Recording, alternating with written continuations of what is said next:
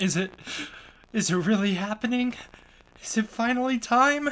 Are we finally doing it after all these years? All the way back in 2017, I made you all a promise. I promised everybody that in 2018, I would bring to life a new series on the channel. Well, here we are, just like almost 2 years late, but whatever. Here we are.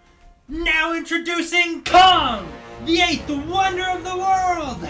Is that good? Is that a good intro? That one should work. I'm wearing a Godzilla shirt, so it's a bit of a cheap shot, but I should have switched it. I should have been wearing a Kong shirt, but, you know, you live and learn, right?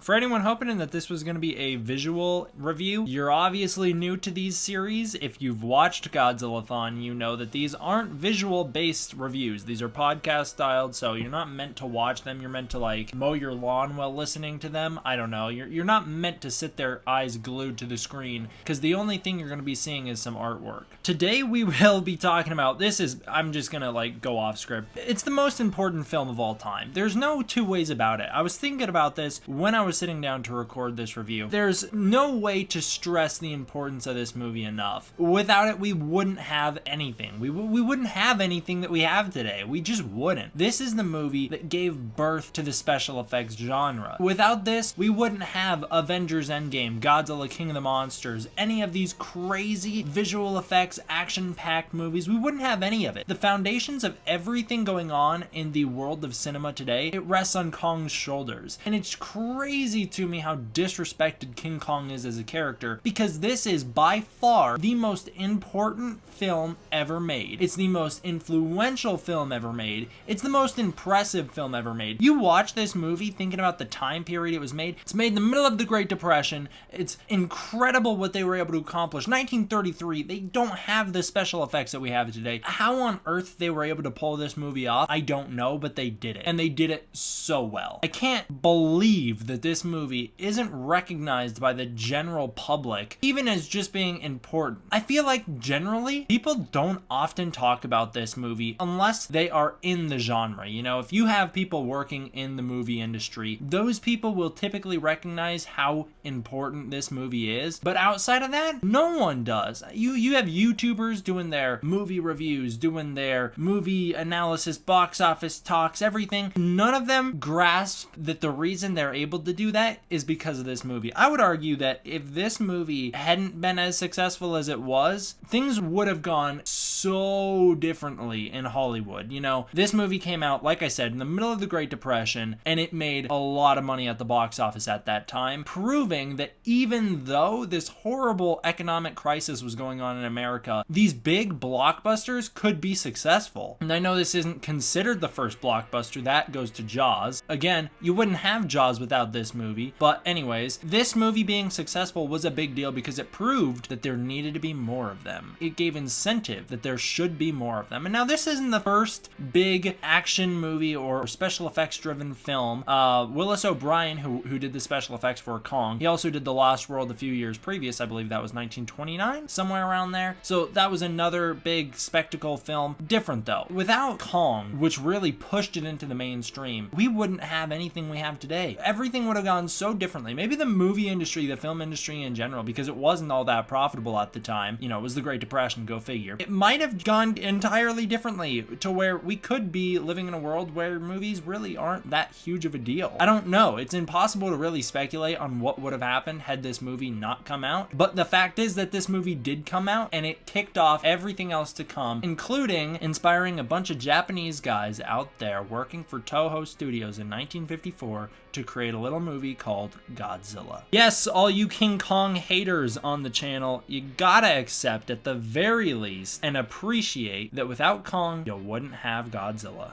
All right, by the way, for those of you who are sitting there scratching your head going, wait a minute, hold on 1 second. How on earth is this review referencing Avengers Endgame and King of the Monsters when the Kongathon reviews were supposed to be recorded a long time ago? Some of you guys who know what my plans for Kongathon were know that this has been in development hell for the past few years. I'm recording this on the day that it's being uploaded. So that's how. It's because this is a modern review, modern recording. There's a lot of reasons for that. I could have uploaded the old ones, but much like what happens with Godzillathon, my opinions on these movies changed a lot in the short amount of time that it took from one set of recordings to the next. I have an original set of Kongathon not ready to go. It still needs to be edited, but ready to be edited and then uploaded. I have it all done. I have the recordings done. I'm just not gonna do those. I'm gonna re-record it, re-review it, because I don't necessarily agree with everything I said in those old reviews, which is really the problem I'm having with revisiting Godzillathon. I've been listening, not like frequently, but I have revisited a couple Godzillathon episodes here and there within the past few months for one reason or another, and I'm finding that my opinions on the movies are not really the same as they once were. So I want to make sure that it's as modern as possible, and that's not to say that this is the end-all be-all King Kong review on this channel. I'll probably revisit this movie in the future, just like I'll probably revisit the Godzilla franchise in the future as well in terms of reviewing those movies. I wanted to make sure that for now, this is as updated as it can be.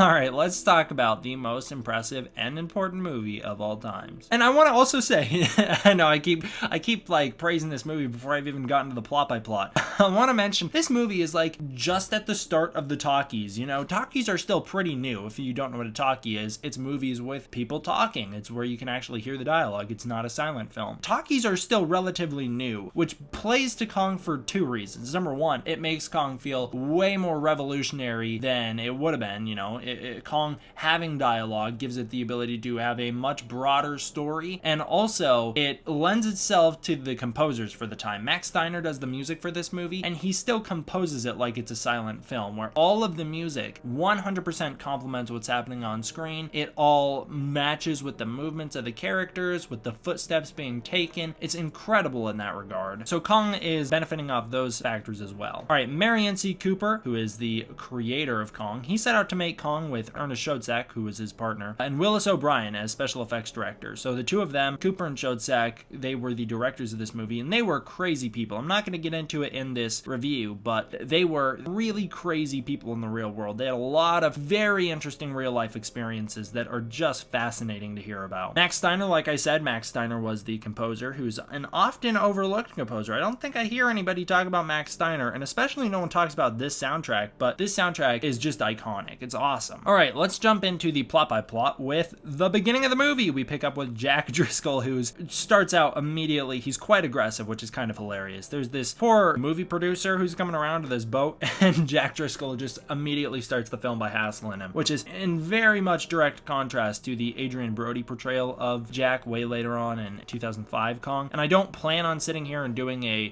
here's the difference between 2005's Kong and 33 Kong. I'm not going to do that, but there are some things that I'm going to mention in here. Carl Denham, who was Cooper's real life embodiment, or I guess film embodiment, because Cooper basically put himself in his own movie, played by Robert Armstrong, called him Carl Denham. He's this really fearless, adventurous, reckless man. I love him. This movie's so charming as well.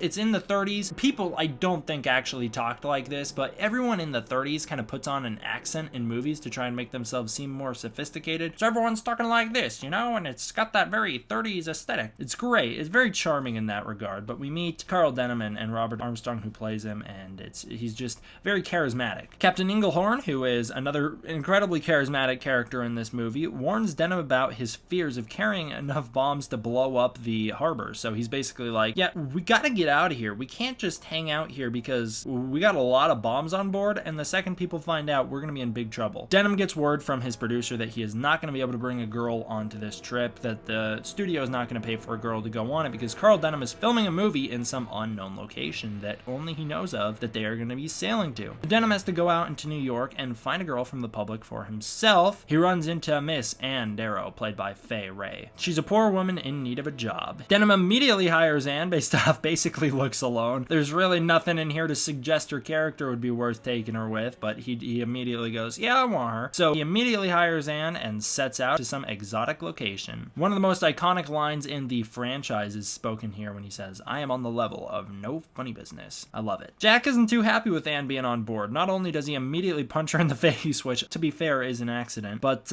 he's quite mean to her right off the bat. They're kind of flirtatious, I suppose, especially as the film goes on, but starting out, Jack doesn't really want her around. Denham and Driscoll talk about how mysterious this trip is. It's clear that everyone on board but Denham is a little bit concerned about where they're going. Denham reveals that his movie's about some sort of tough guy, he doesn't say who, going soft for a girl and getting beaten by the little people because of it. Beaten by the man, I suppose. It's kind of a premonition, because this does, it's the plot of the movie. He lays out the plot of the movie right here, and it's kind of a premonition. As the movie goes on, it doesn't seem like he's too surprised that it all plays out the way he thought, so it's pretty interesting that he was able to predict it all right away. Carl reveals he's looking for a secret island that some Norwegian skipper gave him a map to. Denham knows of some sort of powerful creature called Kong that supposedly lives on the island. In fact, a lot of people know of him. Englehorn is aware of him too. It's something of legend. Again, another incredibly iconic line here, neither beast nor man. But that's what it turns out Carl Denham is after. Carl wants to photograph Kong. Denham explains that the reason he has no cameraman is because all the cameramen are chicken. His reasoning is pretty much based on a true story that Cooper experienced, where Cooper needed a shot and there was some sort of jungle animal involved that the cameraman ran away from out of fear that he'd get attacked by it, and so Cooper decided that because cameramen have proven themselves to be unreliable, he's just always going to film it himself. Cooper and Schoedsack, they really got right up in the face of nature in real life, and so Carl Denham does the same in this movie. The ship finds land. They sail through a thick fog until they reach Skull Island.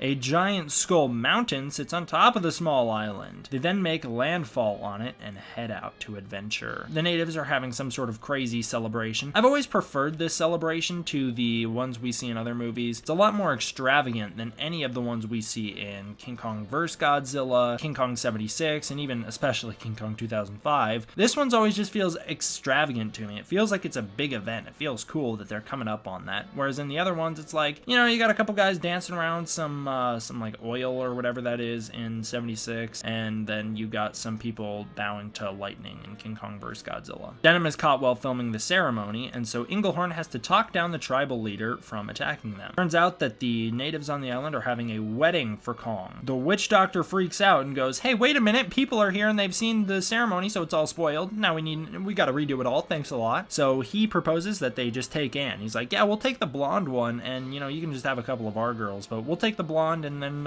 she'll be the bride of Kong instead." Obviously, the crew does not accept that offer, and they head back to the boat. It's got one of my favorite little moments here where Carl Denham, he's just so unfazed by the threats that the natives are making that he turns around, he flicks his hat, and he starts whistling when he walks away. I love it. Jack and Anne confess their feelings for each other, and they share a kiss on the boat. Jack is called away, and Anne is kidnapped immediately afterward. He really shouldn't have left her unattended, I guess. She is kidnapped immediately afterward, and it's left to the crew to discover that they've taken Anne. They do discover that, though, with the help of the Chinese cook, whose name I can't remember in this movie. Charlie. His name's Charlie, yeah. Okay, so Charlie the cook, I was like, I don't remember if they say it in this one or if they say it in the next one, because he's in both, but they do say it in this one. Yeah, Charlie the cook, he finds the necklace from the natives. So they've taken Anne, they head out into action. The natives are having this huge celebration on Skull Island, which again feels incredibly extravagant, especially helped by the massive real-life wall that they built for this movie. Incredible structure. It looks so cool. It just feels so awesome to see a giant practical set like that and people interacting with it. It's way more believable than a map painting or than anything we see nowadays with modern CGI because it's real. It's actually there. So it's cool to see them interacting with it. Again, it just feels incredibly large scale. The sets on Skull Island just overall look amazing. They were reused sets from the movie The Most Dangerous Game for the most part with some new additions. It all looks incredible. All of it looks fantastic. I don't know how to really describe it, but it does look really impressive. So Anne is set up as a tribute on some big pedestal, and they wait. And then the trees fall, and King Kong shows up to take Anne. This is where it's really apparent, right here from the start, that the movie's special effects are just mind-blowing. They're near perfection. Like I said, Willis O'Brien did the special effects for this movie, and they do get better over time. You see movies like Mighty Joe Young, which was done by O'Brien and Ray Harryhausen, and by then the stop-motion format has been perfected. But here, there's a lot that's just incredible. It's so impressive. They have massive, full-size props for the movie, such as a giant Kong upper body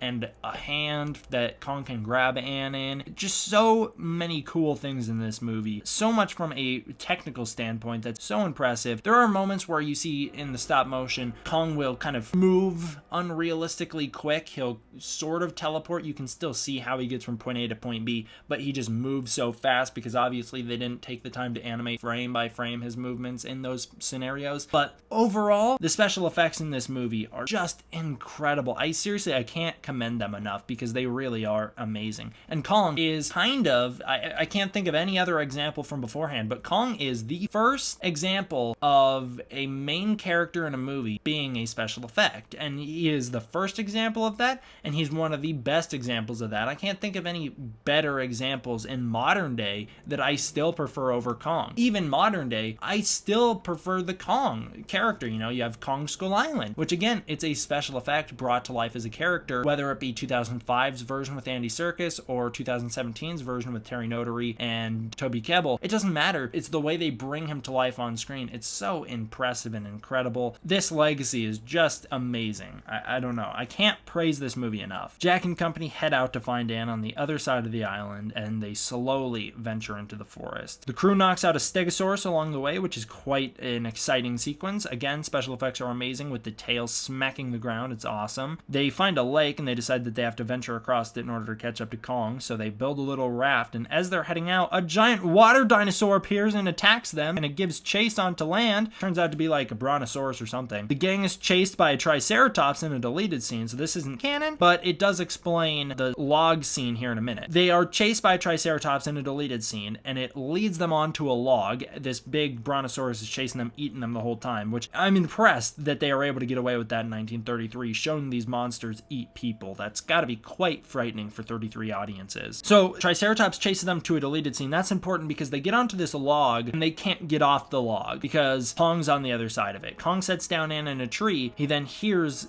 screaming and he goes off to find out what's going on. Jack makes it across the log and jumps down into a little pit so that he's safe from Kong and the Triceratops. Meanwhile, Carl Denham is caught on a tree, and so he is not present for any of this. Kong shows up, and this explains the kind of plot hole that the movie has of why don't the people just run across the other side of the log and just get off. Well, here you see the reason they don't is because there's a Triceratops there on the other side. But anyways, in terms of the movie, Kong grabs the log. It's very iconic. He twists the log, knocking all the people off. 6 people fall to their deaths. In a deleted scene, we find out that they land down in some big spider pit where all these crazy creatures show up to kill them. Then there's this great little moment where Jack is stuck in a cave and this skull crawler looking 2-legged lizard crawls up and tries to attack him, and he stabs it. Meanwhile, Kong's reaching down trying to grab Jack with his hand. Again, really impressive stuff. And is then attacked by a T-Rex, drawing Kong's attention, so Kong leaves Jack in the skull crawler. Kong then goes and fights the T-Rex to the death. It's one of the most iconic giant monster battles of all time, if not the most iconic giant monster battle of all time. King Kong fighting the T-Rex. It has gone down in film history. This is at least one thing that gets mentioned when the people talk about this movie, is just how impressive this scene is, and it's just really cemented itself in cinema history, especially when Kong smashes the T-Rex's head on the ground and then proceeds to break its jaw open and follows it up by kicking one leg up on it, standing on it, and doing a victory chest pound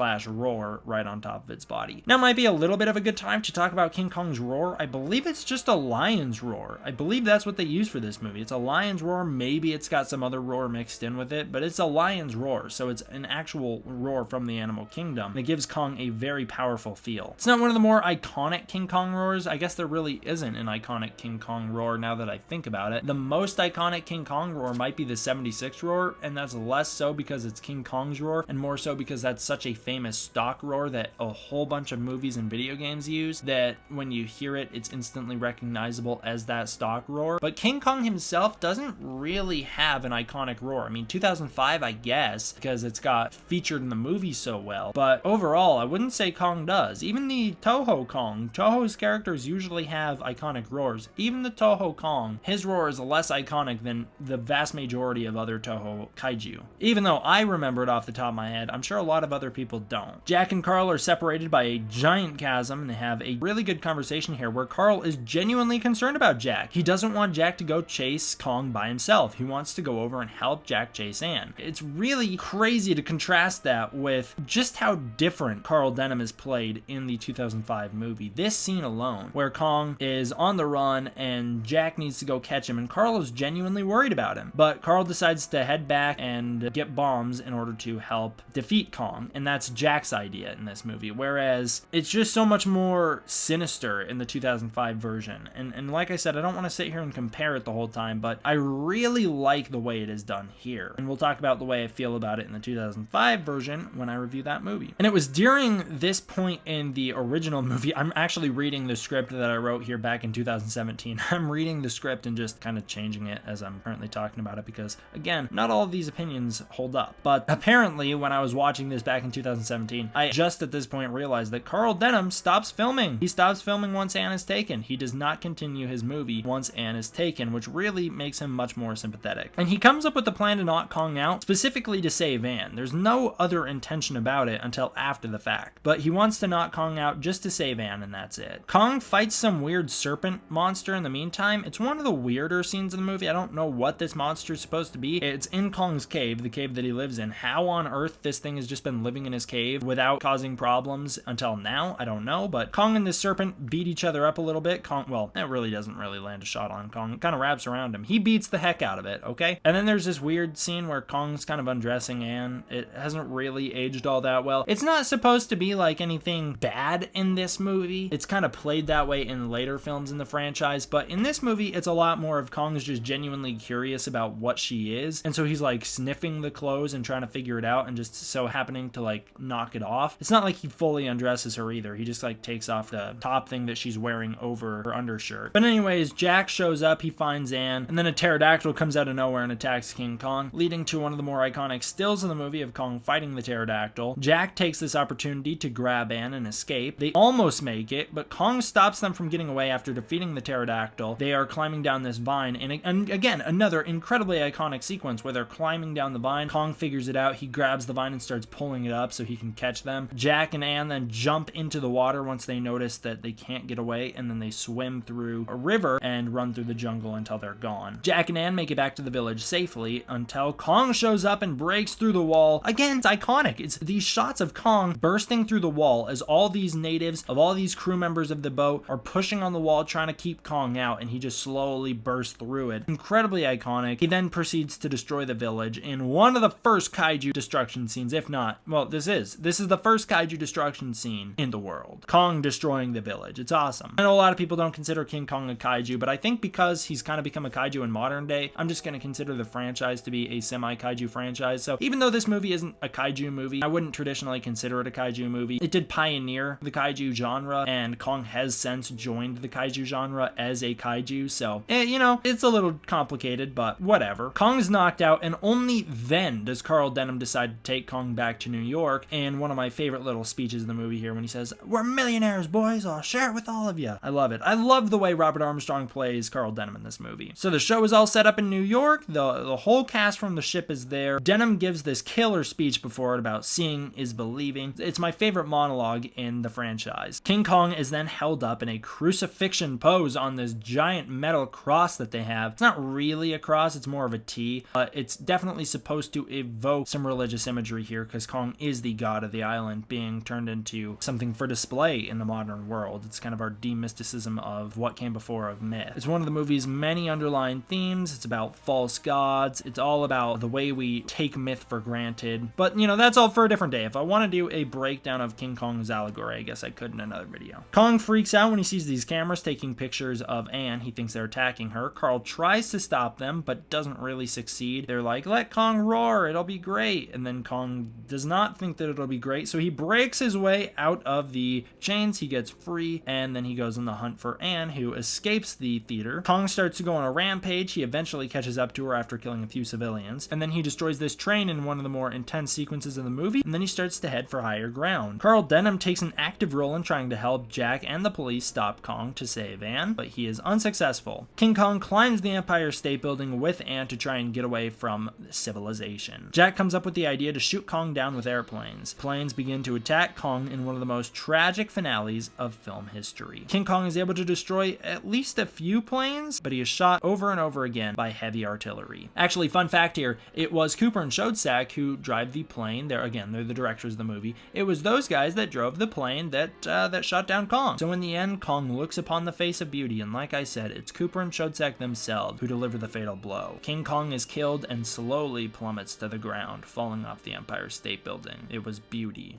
killed the beast. King Kong, let's run it through the 4-step category, shall we? The human story. It's fantastic. I love all the characters. Carl Denham, Jack Driscoll, both huge standouts. They don't do as much with Anne or, the female protagonist as they do in later entries in the franchise, but they do enough with her here. I think the human story in this movie is fantastic. Even some of these side characters, such as Charlie and Englehorn, are great. Maybe it's just because I've seen the sequel and so I know that they wind up having a lot more to do in the sequel, but I think they're good here as well. The monster story is one of the best of all time. It's the first movie that turns the beast into a character, and it's one of the best examples of how to turn the monster into a character. There are only a few films that I think do that successfully, and this is definitely one of them. The special effects are so impressive. I think I've talked enough about them to where you get the point. I'm blown away by them. The music is iconic and overall very whimsical. It really lends itself to this almost Wizard of Oz-esque feel. It's great. The movie feels like a dream. It's a perfect movie. It is the true classic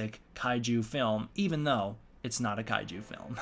Like I said, King Kong will eventually adopt the mantle of kaiju, but this movie, he definitely isn't one. He's not. He won't become a kaiju until his third outing, and then from there, it's debatable if he stays one from movie to movie. Overall, what would I rate King Kong 1933? I don't think it'll surprise anybody here to hear me give it a 10 out of 10. I think this movie's fantastic. A lot of people always wonder, what is it about King Kong I like? The thing I always wonder is, how is it possible that people have watched this movie and not walked away from it blown away? It's either people that don't want to take the time to understand it or refuse to. I just can't imagine someone watching this original King Kong from 1933 and not falling in love with it. Even my little brother, who cried when I turned it on for him back in 2017 because he did not want to watch a black and white movie, even he walked away from it blown away. I think over the course of Kongathon, you guys will realize at least a little bit why I love Kong as a character so much. In this movie, he's fantastic. He's so tragic in this first film, and they do a lot more with that throughout the franchise, but he's also pretty intimidating in this first movie. It really gives Kong a true force of nature power behind him, where he is tearing through everything in the village when he very first breaks through on Skull Island. After we've already seen him defeat foe after foe on Skull Island,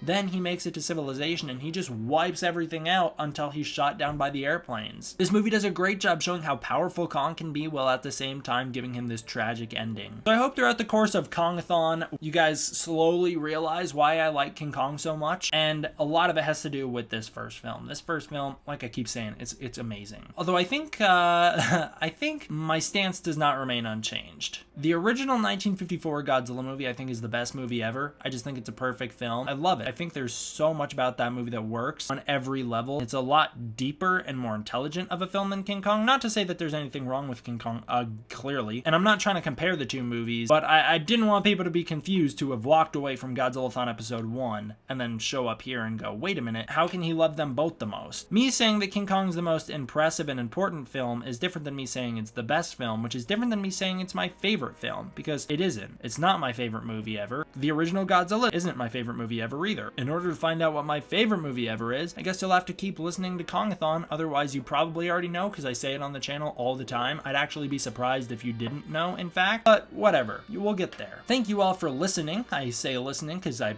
guarantee no one watched this other than those weirdos who like staring at still images. I hope you all enjoyed. I will see you guys next time for next episode of Kongathon, which will come out in a week. D-Man, out.